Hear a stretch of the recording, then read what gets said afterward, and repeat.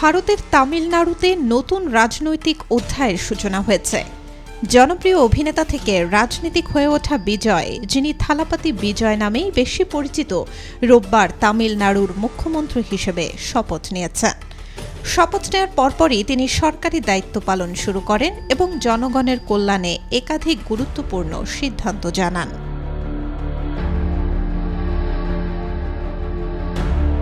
স্থানীয় সময় রোববার সকাল 10টায় অনুষ্ঠিত হয় শপথ গ্রহণ অনুষ্ঠান। তামিলনাড়ুর গভর্নর RN রবি নতুন মুখ্যমন্ত্রীকে শপথ পাঠ করান। একই সঙ্গে নতুন সরকারের আরও 9 জন মন্ত্রীও শপথ নেন।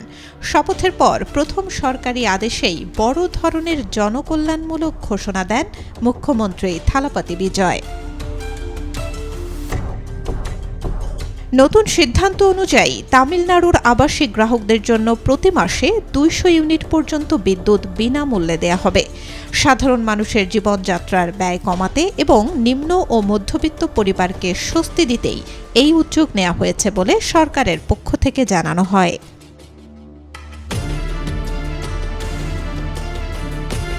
এছাড়া নারীদের নিরাপত্তা জোরদারে একটি বিশেষ সুরক্ষা বাহিনী গঠনের নির্দেশও দিয়েছেন মুখ্যমন্ত্রী।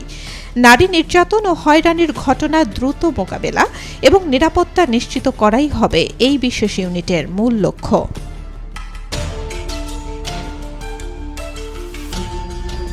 শপথ গ্রহণ অনুষ্ঠানে উপস্থিত ছিলেন ভারতের লোকসভার বিরোধী দলীয় নেতা। এছাড়া ভারতীয় জনতা পার্টির রাজ্য পর্যায়ের কয়েকজন শীর্ষ নেতাও অনুষ্ঠানে যোগ দেন। রাজনৈতিক বিশ্লেষকদের মতে এই উপস্থিতি তামিলনাড়ুর নতুন সরকারের প্রতি জাতীয় রাজনীতির আগ্রহের ইঙ্গিত দিচ্ছে।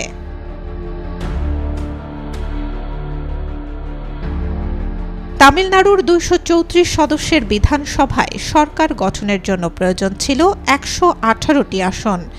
তবে গত শুক্রবার পর্যন্ত বিজয়ের দল টিভিকে 116টি আসনের সমর্থন নিশ্চিত করে। ফলে সরকার গঠন নিয়ে কিছুটা অনিশ্চয়তা তৈরি হয় এবং গভর্নর তখন পর্যন্ত সরকার গঠনের আনুষ্ঠানিক আহ্বান জানাননি। পরে প্রয়োজনীয় সমর্থন নিশ্চিত হবার পরই সরকার গঠন করে টিভিকে।